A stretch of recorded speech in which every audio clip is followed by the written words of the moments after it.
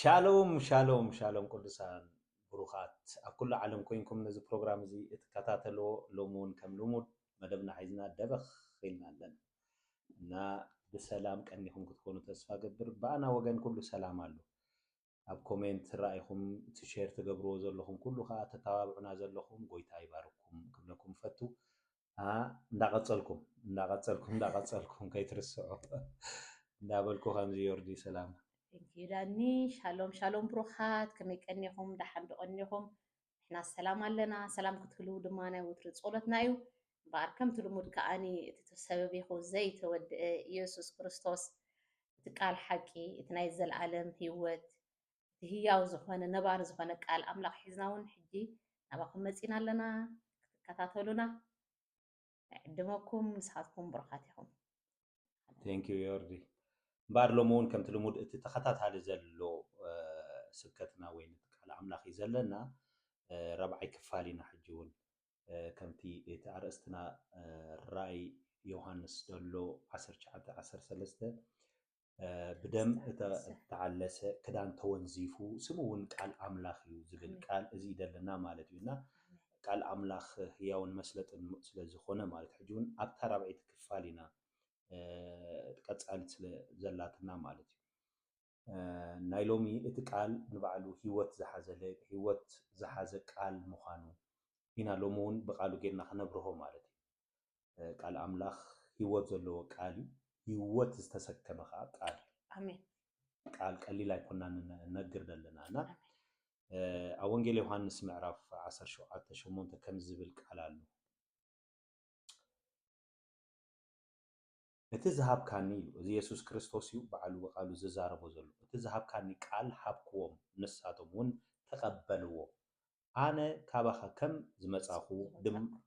ካባኻ ከም ዝወጻኹ ድማ ብሓቂ ፈለጡ ንስኻ ከም ዝለኣካኒ ውን ኣመኑ ይብል ተቃል ስለዚህ እንታይ ዝብል ኣሎ እቲ ዝሃብካኒ ቃል ሀብክዎም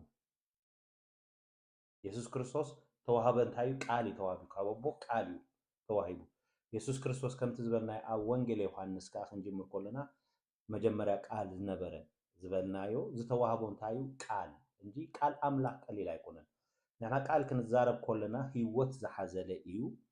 ህይወት ዘለዎ ቃል እዩ መንፈስ ዘለዎ ቃል ስለዚ ቃል ኣምላክ ዕሽሽ ኣይንብሎን ኢና ማለት ስለዚ እንታይ ዝብል ዘሎ እዚ እቲ ዝሃብካን እንታይ ብሎ ቃል ኣስተብህሉላ ዝተዋህበ እንታይ ኢየሱስ ክርስቶስ ዝተዋህቦ እንታይ ቃል ሃብክዎም ይብል ንሳቶም ውን ተቀበልዎ ሕጂ ቃል ኣምላክ መውሃብን ምቕባልን ከም ዘሎ ይመረና ኣሎ ስለዚ ንሕና ኣብ ዝወፂና ቃል ኣምላክ ነነግር ዘለና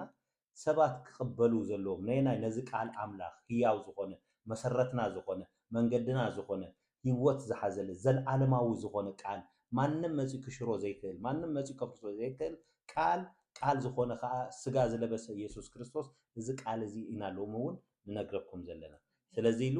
ነቲ ቃል እንታይ ግበሮ ተቀበልዎ እዩ ስለዚ ቃል ክትቀበልዎ ለድኩም ንብል ዘለና ነዚ ኢና ኩሉ ግዜ ጾርና ንሱ እዩ ቃል ኣምላክ ክትቀበልዎ ህይወት ዝኾነ ዘለዓለማዊ ዝኾነ ቃል ኣብ ህይወትኩም ንዘርእ ዘለና ሎሚ መዓልቲ ውን ኣነ ከዓ ካባኻ ከም ዝወጻኹ ካብ መን ይወጽ ኢየሱስ ንብል ኣለና ካብ እግዚአብሔር ኣቦኹም ዝወጸ ድማ ብሓቂ ፈለጡ እዚ መን እዮም ነቶም ሐዋርያት እዩ ነቶም ሙሱ ዝስዕቡ ዘሎ ይዛረብ ዘሎ ልዕልና እንተንቢብናይ ኻ እንታይ ይብል ነይሩ ኢየሱስ ክርስቶስ ኣብዚ ምዕራፍ እዚ እዞም ካብ ዓለም ዝሃብካኒ ሰባት ኢሉ ካብ ምንታይ ያመጹ ካብ ዓለም ዝሃብካኒ ኣብ ቁጥሪ 6 ትረኽብዎ ኣብ ቁጥሪ 8 ነዚኦም ነቶም ካብ ዓለም ሕጂ እውን ኣብ ዓለም ዘለው ጻውዒትና ንቆም እዩ ጻውዒትና ኩሉ ግዜ ኣይነባኹርን ኢና ንስኻ ከም ዝለኣካኒ ውን ኣመን ሕጂ ኢየሱስ ክርስቶስ ከም ተለኣኸ እንድሕር ኣሚንና ህይወት ዘለዓለም ህይወት ቃል ህይወት ዘለዎ መንፈስ ናይ ዘለዓለም ዝኾነ ምድሓን ከዓ በዚ ቃል እዚ ንረክብ ማለት እዩ ስለዚ እንታይ ና ንብል ዘለና ዕሽሽ ኣይትበሉ ኣሜን ናይ ብሓቂ ኢየሱስ ክርስቶስ ጎይታ እዩ ቃል እግዚኣብሔር ህያውን መስለጥን ካብ ክልተ ዝኣፉ ሰይፊ ከዓ ዝበልሕ እዩ እቲ ቃልሲ ባዕሉ ምን እዩ ኢየሱስ ክርስቶስ እዩ بدم استعلى سكران تونزي فيه سمون قال أملاخ يبل كم تعرستنا እዚ ቃል እዚ ባዕሉ መን እዩ? ኢየሱስ ክርስቶስ እዩ። ብመጀመርታ ቃል ነበረ ኢሉ እቲ ቃል ከዓ ኣብ ኣምላኽ ነበረ እቲ ቃል ድማ ኣምላኽ ነበረ። ስለዚ ከም ዝክብልና ዝፀንሐ ዳኒ እቲ ካብ ኣምላኽ ዝወፀ ቃል ካብ ኣምላኽ ዝወፀ ኢየሱስ ክርስቶስ እንታይ ኢሉ ቃለይ ነዚ ቃል እዚ ከዓ ነቲ ዝሃብካኒ ቃል ሃብክዎም ነሳቶም ድማ ተቐበልዎ ኢሉ እግዚኣብሔር ዝተመስገነ ይኹን። ስለዚ እዚ ሎሚ ንነግረኩም ዘለና ቃል እውን እቲ ህያው ዝኾነ ቃል ኢና ንነግረኩም ዘለና ኣብ ወንጌል ዮሃንስ ምዕራፍ 5 ድማ ከምዚ ይብል ቃል እግዚኣብሔር ፍቅዲ 24 እቲ ንቃለይ ዝሰምዖን በቲ ዝለኣኸኒ ዝኣምንን ናይ ዘለኣለም ሂወት ኣላቶ። እቲ እንታይ ንቃለይ ዝሰምዖን በቲ ዝለኣኸኒ ዝኣምንን ናይ ዘለኣለም ሂወት ኣላቶ ኢሉ። ስለዚ እግዚኣብሔር ኣምላኽ ሓለፋ ስሙ ንቃሉ ይዕብዮ ኢሉ ሓለፋ ስሙ ንቃሉ ይተግሃሉ። ስለዚ እቲ ዘዝድሊ ዘሎ ነገር እንታይ እዩ? ንቃሉ ምስማዕ ንቃለይ ዝሰምዖን ኢሉ በቃ እግዚኣብሔር ዝተመስገነ ይኹን። በቲ ዝለኣኸኒ ዝኣምን ስለዚ ኢየሱስ ክርስቶስ መን ኢሉ ይኽዎ? እግዚአብሔር ኣቦ ኢሉ ይኽዎ። ከም ዝክብለና ዝፀንሐ ዳኒ ካብ መን ይወፅ ኢየሱስ ክርስቶስ? ካብ እግዚአብሔር ኣቦ ወፂኡ ነቲ ንቃለይ ዝሰምዖን ነቲ ዝለኣኸኒ ዝኣምን ናይ ዘለኣለም ሂወት ኣላቶ። ስለዚ ሎሚ ነካፍለኩም ዘለና ናይ ዘለኣለም ሂወት እዩ። ቃል ኣምላኽ ናይ ዘለኣለም ሂወት ተሰኪሙ ዝቆመ ህያው ዝኾነ ቃል እዩ። እግዚአብሔር ዝተመስገነ ይኹን። ንሱ ካብ ሞት ናብ ሂወት ተሳገረ እምበር ናብ ፍርዲ ከም ዘይበፅሕ ብሓቂ ብሓቂ እብለኩም ኣለኹ ኢሉ ኢየሱስ ክርስቶስ ጎይታ እዩ። ንሱ ካበይ ካብ ሞት ናብ ሂወት ከም ተሳገረ ኢሉ ካብ ሞት ናብ ሂወት። ስለዚ ንኢየሱስ ክርስቶስ ነዚ ቃል እዚ ክትቀበል ከለኻ ካብ ምስግጋር ኣሎ ካብ ሞት ናብ ናይ ዘለኣለም ሂወት ኢኻ ትሰጋገር። ካብቲ ናይ ዘለኣለም ጥፍኣት ናብ ናይ ዘለኣለም ሂወት ኢኻ ትሰጋገር። ነዚ ቃል እዚ ግን እንታይ ዝሰምዖን በቲ ዝለኣኸና ከዓ ዝኣምንን እዩ ዝብል። ስለዚ ሎሚ ነዚ ቃል እዚ ንሕና ድማ ግዴና ኮይኑ ነግረኩም ኣለና። ከምዚ ኩሉ ሻዕዳኒ ዕሽሽ ኣይትበልዎ ዝብለኩም ዕሽሽ ኣይትበልዎ። ዳዊት እንታይ ኢሉ ቃልካ ምሕላው ስግደይ ይበልኩ እዩ። ስለዚ ቃል እግዚኣብሔር ዝሕሎ ቃል እዩ። ንስኻትኩም ብሩኻት ኢኹም። ፀጉ የብዝሓልኪ ቃል እግዚአብሔር ኩም እዩ በቃ ደስ ዝብለና ክንዛረበሉ ከለና ማለት እዩ እምበር ካልእቲ ጥቕሰይ ከዓ ወንጌል ዮሃንስ ምዕራፍ 6:38-39 ማለት እዩ ከም ዝብል ኣሎ ማለት እዩ። ስምዖን ጴጥሮስ ከዓ ጎይታ ንስኻ ናይ ዘለኣለም ሂወት ቃል ኣሎካ ናብ መን እሞ ክንከይድ ኢልዎ። እንታይ ኢልዎ? ኣስተብሉላ እዚኣ ጴጥሮስ እንታይ ብሎ ናይ ዘለኣለም ሂወት ቃል ኣለካ። ኣበይ ድ ቃል ዘሎ? ኣብ ኢየሱስ። ናይ ዘለኣለም ሂወት ቃል ዘለዎ ሓደ ጥራይ ኣሎ፣ ንሱ ከዓ ኢየሱስ ክርስቶስ። ኣሜን። እዚ ካልእ የብሉን። ኣብኡ ኩሎም ነይሮም እዮም። ኣብዚ ኢየሱስ ክርስቶስ ልዕል ኢልኩም እንታይ ንስኹም ከ ኢሉ ሓቲትዎም። ብዙሓት ደቂ መዛሙር ዘተሓርሓርሉ እዩ። ኣብዚ ምዕራፍ እዚ ልዕል ኢልኩም ክተንበብሉ ብዙሓት ደቂ መዛሙርት ካብኡ ካብ ኢየሱስ ዝኸዱሉ እዩ። ኢየሱስ ከዓ ግልፅ ኢሉ ሂወት ምስኡ ስለዝለብሰ ስለተኣማመነ ንሱ ዘለዓለማዊ ምዃኑ ስለዝፈልጥ ብድፍረት ከዓ እንታይ ብሎ ማለት ነቶም ደቂ መዛሙርቱ ንስኹም ከ ክትከዱ ትደልዩ ዲኹም እዩ ልዕል ኢልኩም ተንቢብኩም ከምኡ ይድብሎም። ሽዑ ጴጥሮስ እዩ ድምልሰሉ ዘሎ። ጴጥሮስ ከዓ እንታይ ኢልዎ? ጎይታ ኢልዎ። መጀመርያ ጎይታ ኢልዎ። እሱ ጎይታ ምዃኑ ሃሌሉያ። ናይ ቃል ጎይታ ኢየሱስ ክርስቶስ ጥራይ ንስኻ ናይ ዘለኣለም ሂወት ቃል ኣለካ ኢልዎ። በቃ ናይ ዘለኣለም ቃል ዘለዎ መን ሓደ ንሱ ኢየሱስ ክርስቶስ እዩ። ሎሚ ናብ ብዙሕ ነገር ኣይትፈትሹ፣ ናብዚ ኢየሱስ ጥራይ ፈትሹ። ኣብዚ ዘሎ ዘለኣለማዊ ዝኾነ ቃል ዘሎ ኢየሱስ ሓደ በይኑ ጥራይ እዩ። ከም ጴጥሮስ ከሎሚ ንኹን ሎሚ ንሓንቲ ነፍሲ በቃ እዚ ኣዋጅ ዓው ይኹነላ። ናይ ዘለኣለም ሂወት ኣብ ጎይታ ጥራይ ዘሎ ኣብ ቃሉ ጥራይ ዘሎ። ስለዚ ና ቃሉ ንዛረብ ዘለና ቃሉ ሂወት ኣለዎ ንብል ዘለና። ንሕናስ ንስኻ ክርስቶስ ወዲ ህያው ኣምላኽ ምዃንካ ኣሚናን ፈሊጥናን ኣለና ኢሉ መለሰሉ። ኣሚናን ፈሊጥናን ኣለና። ሃሌሉያ። ሎማ ዓንተ ምእማንን ምፍላጥን ይኹነልኩም። ንሓንቲ ነፍሲ ምእማን ምፍላጥ ይኹነላ። ንዘይ ኣመነት ሎሚ ሸር ግበርዎ። ንዘይ ኣመኑ ሰባት ሸር ግበሩሎም። እዚ ቃል እዚ ሂወት ሸር ክግበርዎ ንብዙሓት ክበፅሖም ማእንተን። ብጣዕሚ ዝገርም ቃል እንዳተቃፀልና ኢና ንዛረብ ዘለና። ስለዚ እንታይ ኢና ንብል ዘለና? ቃል ዘለዎ መን ሓደ ኢየሱስ ክርስቶስ። ስለዚ ናይ ቃል ትርጉም ክንፈልጡ ክንክእል ኣለና። ስለዚ ና ቃሉ ክንዛረብ ከለና ስቂልና ንዛረቦ ቃል ኣይኮነን። ኣብዚ ቃል እዚ እንታይ ኣሎ ተይልና ሂወት ዘለዓለም ኣሎ። ወዲ ኣምላኽ ኣብዚ ቃል እዚ ትረኽብዎ ቃል ኮይኑ ዝመፃና ወዲ ኣምላኽ ንሱ። ኣብዚ ቃል እዚ ኢና እንታይ ንገብር ዘለና? نزارب زلنا إذا قال إذا مصحف قدوس كم قال أيكونن إزي ود أملاخ زقلص له قال حيزو زمصنا يسوع كريستوس سلازي بطرس انتي بلولو غويتا بلو نسخه نايزل عالم هيوت قال علك آمين نايزل عالم هيوت قال زلو حادلو نسو ألفان أوميغان جمارن دمدامن قال هيوت زلو زل عالم أبوينا وحسنتنا سلازي أرزق قال زي وحسنت كلوكم بز أقاطم زخا تصاوعي تيجبر آمين إذا قال زي شيشة تولو تبارك داني آمين زجرم بحكي كابا خمو نبي كنبلي نايلو كابو نبي كتبلي مهناتو أو نايزل عالم هيوت علوه توحازي زوي زخونة بقى نايزل عالم هيوت زي ودا زابير استمسجنا يخون أب جبر حواريات معرف حمشت فقدي عصرت تشعتني إسرانكا حواريات مستأثروا مالتي تكابكر سديو أتحيزو لومس زنبرة أفتا بيت مقدس أبتصبح زقمت وزنبرة مسحاويسي انتي أخوينو أسروا مي تباهيلو حجي مستأثروا أفت أسري بيت كله قال اندحر لك بقى أي تتأفئنيها كابزيت أفئ زرق سلازخونو حواريات قال سلازلوهم تأثيرهم كله بيت ما أسرت تعطيه كله بعقيت اندات حلو كله ملأخ إجزابير قران نعاتهم كبل تلاقيهم متيو ما أسرت بعت وكله ملأخ إجزابير كفيتو تيوم إجزابير استمسجنا يخون سلازي تقال هياون مسلت إني كله خاد الزوزو أتم ملأختو ندمتو تسمعو نقالو خات الزوزو عبيتن حيالاتن سلطناتن يلوما مزمور داويت سلازي أتم ملأختو سي نتفطاري تعزيزم نبعل بيتروس كوصوم كاب اسر بيت متيوم إجزابير استمسجنا يخون تقال كم زيبل ملأخ إجزابير جنا بليتي مع عصو بيت ما أسرت كفيتو نوصاي أوصيو كيدو عبيت مقدس دو إلكم إذا كله قال هيوت نهزبي نغورو بلو أفتي بيت ما أسرتي أوصيو سي كيدو لهم أبيك عبيت مقدس أفتي زمكو حلو إسرائيلاويان بيت مقدس مالتي أفتي نفلت إنا أندابلو نا أملاخ نقلقل علينا أندابلو بملء حقتات زنببولو مصحافتو من مسفريساويان أبو خلو انتاي لهم تمال أخ قرمتيو أفتي بيت مقدس عبيت مقدس دوب إلكم إزي قال هيوت إزي نغورو بلوم إلي نمنكن نقول له هزبي إتي قال هيوت إتتي زقرمي هاليلويا عبيت ما أسرتي هاليلويا من أخ إجزابير قنا بليتي معصو بيت ما أسرتي كفيتو نوز أي أوتيو كيدو عبيت مقدس دو إلكم إزي كله قال هيوت هزبي نغورو بلوم سلازي أب هواريات انتاي إنيرو زنقر قال هيوت إتي زنقر قال هيوت كأب ملأختي كونن زنقر مخنياتو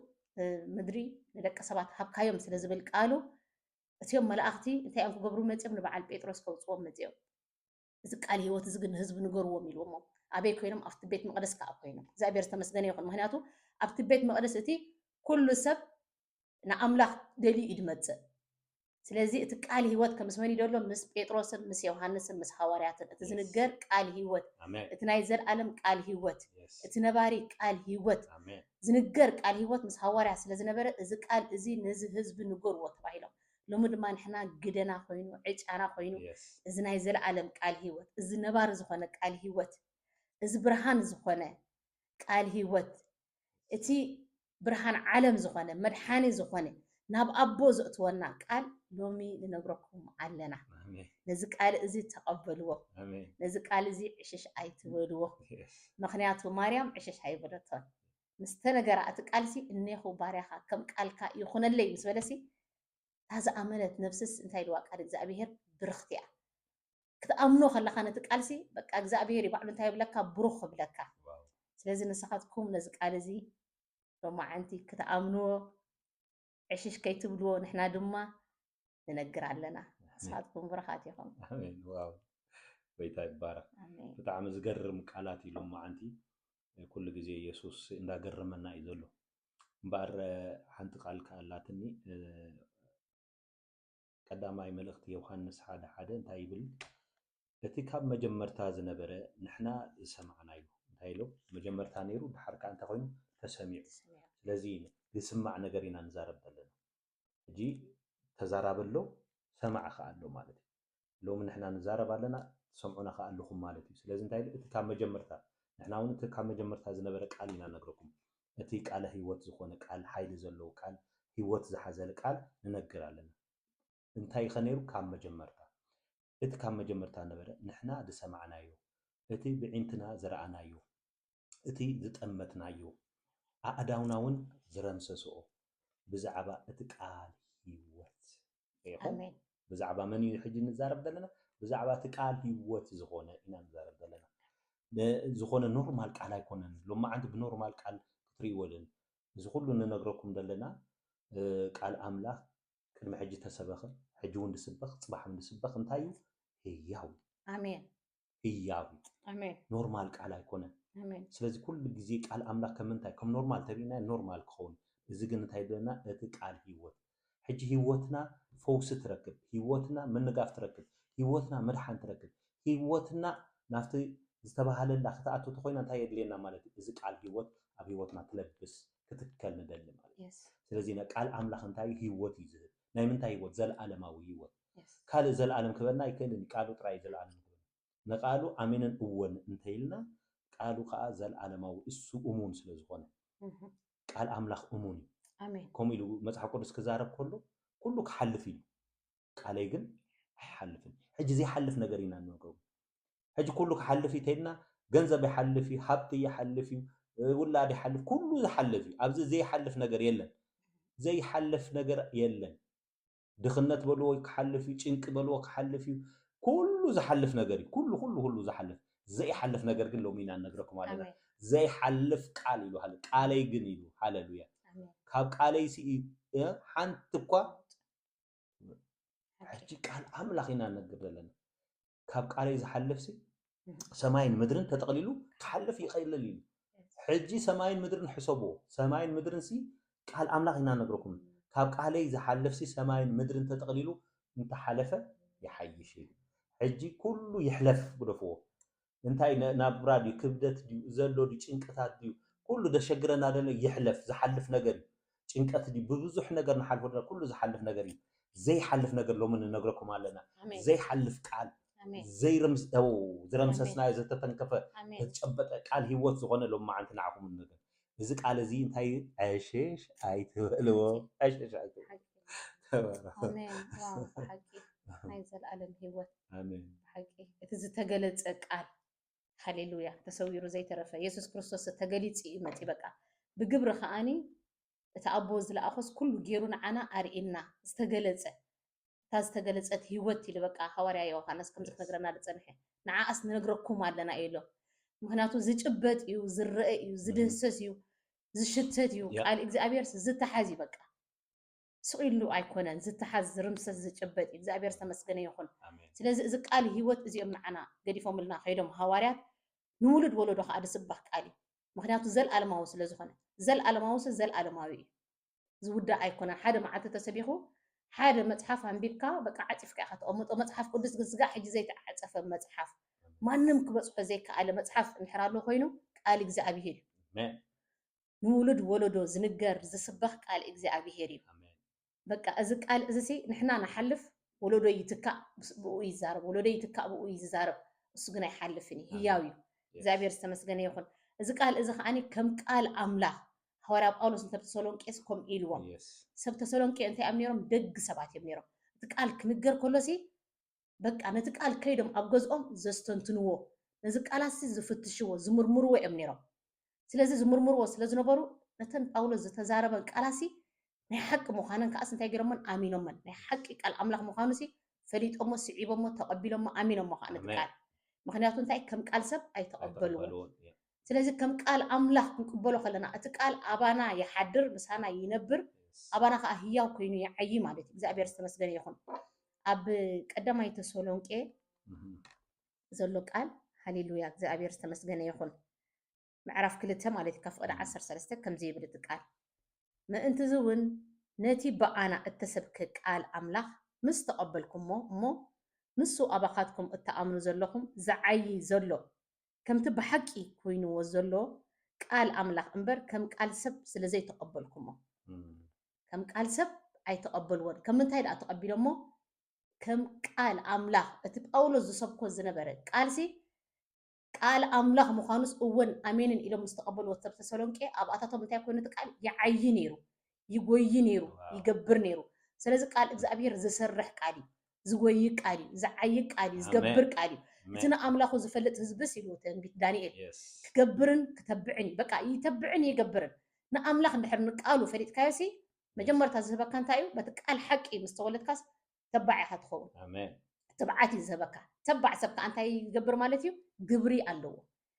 ይተብዕን ይገብርን እዩ ኣይና እቲ ንኣምላኹ ዝፈልጥ እቲ ንቃሉ ዝፈልጥ ስለዚ እዚ ንነግረኩም ዘለና ቃል ኣምላኽ እዩ ቃል ሰብ ዘይኮነ ቃል ኣምላኽ ከም ቃል ኣምላኽ ስለ ዝተቐበልዎ ሰብ ተሰሎንቄ ኣባታቶም እንታይ ይገብር ነይሩ ይዓይን ይጎይይን ነይሩ ማለት እዩ እግዚኣብሔር ዝተመስገነ ይኹን እንታይ ከም ቃል ሰብ ስለዚ ሎሚ ንሕና ንነግረኩም ዘለና ቃል ህያው ዝኾነ ቃል ዘለዓለማዊ ዝኾነ ቃል ነባሪ ዝኾነ ቃል ኢና ንነግር ዘለና እግዚኣብሔር ዝተመስገነ ይኹን ሐዋርያ ጴጥሮስ ኣብ መልእኽቱ ከምኡ ኢልዎም እግዚኣብሔር ዝተመስገነ ይኹን ብህያውን ንዘለዓለም ብዝነብር ቃል ኣምላኽ ካብ ዘይጠፍእ ዘርኢ እምበር ካብ ጠፋእ ዘርኢ ኣይኮንኩምን ከም ብሓድሽ እተወለድኩም ብምንታይ ብህያውን ንዘለዓለም ብዝነብር ቃል ኣምላኽ ካብ ዘይጠፍእ ዘርኢ ከዓኒ ስለዚ እዚ ሎሚ ንሕና ንዛረቦ ዘለና ቃል ዘይጠፍእ ዘርኢ ህያው ዝኾነ ነባሪ ዝኾነ ዘለዓለማዊ ዝኾነ ንዕኡ ምስ ተቐበልካዮ ነቲ ቃልትስ ከም ብሓድሽ ትውለድ በቃ ዘይትጠፍእ ዘርኢ ትኸውን ስጋዕ ዘለዓለም ከዓኒ በቃ ስጋዕ ኣብዚ ምድሪ ዘለካ ስጋዕ ዘለዓለም ናብ ኣቦኻ ትኸይድ ከዓ በቃ ዋሕስ ዘለካ ኢንሹራንስ ዘለካ ሰብ ትኸውን ኣባጊዐይሲ ኢሉ ኢየሱስ ክርስቶስ ካብ ሕጂ ስጋዕ ዘለዓለም ካብ ኢደይ ዝምንዝዐን የለን ኢሉ ምክንያቱ እንታይ ናቱ በጊዕ ስለ ዝኾንካ ድምፀይ ይሰምዓ ኢሉ ቃሉ ትሰምዕ ስለ ዝኾንካ ቃል ናይ መን ቃል ናይ ትጓሳኻ እቲ ጓሳ ኣነ ኢሉ እቲ ደገ ኣባጊዕ ኣነ ኣባጊዐይ ከዓ ድምፀይ ይሰምዓ ካብቲ ናተይ ደይኮነ ድምፂ ድማ የለለየ እሞ ካብኡ ይጋልባ ኢሉ ስለዚ በዚ መዓልቲ እዚ ኣባጊዕ ክንከውን ጓሳና ኢየሱስ ክርስቶስ ዝጓሳና ኣባጊዕ ክንከውን ድምፁ እንሰምዕ ቃሉ እንሰምዕ ክንከውን ናይ ዘለዓለም ሂወት ክንረክብ ምክንያቱ እዚ ቃል እዚ ናይ ዘለዓለም ስለ ዝኾነ ንስኻትኩም ብሩኻት ኢኹም ፀጎ ይብዛሕሊ ዝገርም ቃላት እዩ በቃ ይፍልፍል ኣሎ ይፍልፍል ዘይውዳእ ቃላት ጥዑም ቃላት ናይ ኢየሱስ ኣሜን ቃል እግዚአብሔር ክዛረብ ከሎ ቃሉ ለኣኸ እሞ ፈወሶም ይብል መጀመርያ ቃል ኣምላኽ መጀመርያ ምስ ተለኣኸ ይፈውስ ይሕውይ ድሓር ከዓ የናግፍ ኣሜን ሎማዓንቲ ንነግረኩም ዘለና መጀመርያ እንታይ እዚ ቃል እዚ ኣብ ሂወትኩም ምስ መፀ ፈውሲ ክገብር እዩ ብእምነት ሎማዓንቲ ፈውሲ ክገብር እዩ እዚ ቃል እዚ ኣመንኩ ስለዚ ተዛረብኩ እዩ ንሕና ከዓ ኣመንቲ ኢና ስለዚ ክንዛረብ ኢና ፈውሲ ክኸውን እዩ እዚ ቃል እዚ ሎማዓንቲ ተለቐቐ ቀሊል ቃል ኣይኮነን መጀመርያ እንታይ ክገብር እዩ ፈውሲ ሎሚ እውን ንሕና በዚ ሚድያ በዚ ቪድዮ ቃሉ ንልእኽ ኣለና መጀመርያ ንዝኣቱ ንዝኣተወ ገዛ ፈውሲ ክኸውን እዩ ድሕሪኡ ከዓ እንታይ ክኸውን እዩ ምንጋፍ ክኸውን እዩ ስለዚ ቃል ኣምላኽ ይፍውስን የናግፍን የሰጋግርን እዩ ንስኹም ብሩኻት ኢኹም ዕሽሽ ኣይትበልዎ ኣሜን ኣሜን ኣሜን ዕሽሽ ድበሃል ኣይኮነን ብሓቂ ዘገርም እግዚኣብሔር ዝተመስገነ ይኹን ከምዚ ዳኒ ክብለኩም ዝፀንሐ እዩ ዕሽሽ ኣይትበልዎ ቃል እግዚኣብሔር ክዛረብ ከሎስ በቃ እቲ ሰማይን ምድርን ዝፈጠረ ቃሉ እዩ እዚ ስለዚ በቃ ዕሽሽ ድበሃሉ ኣይኮነን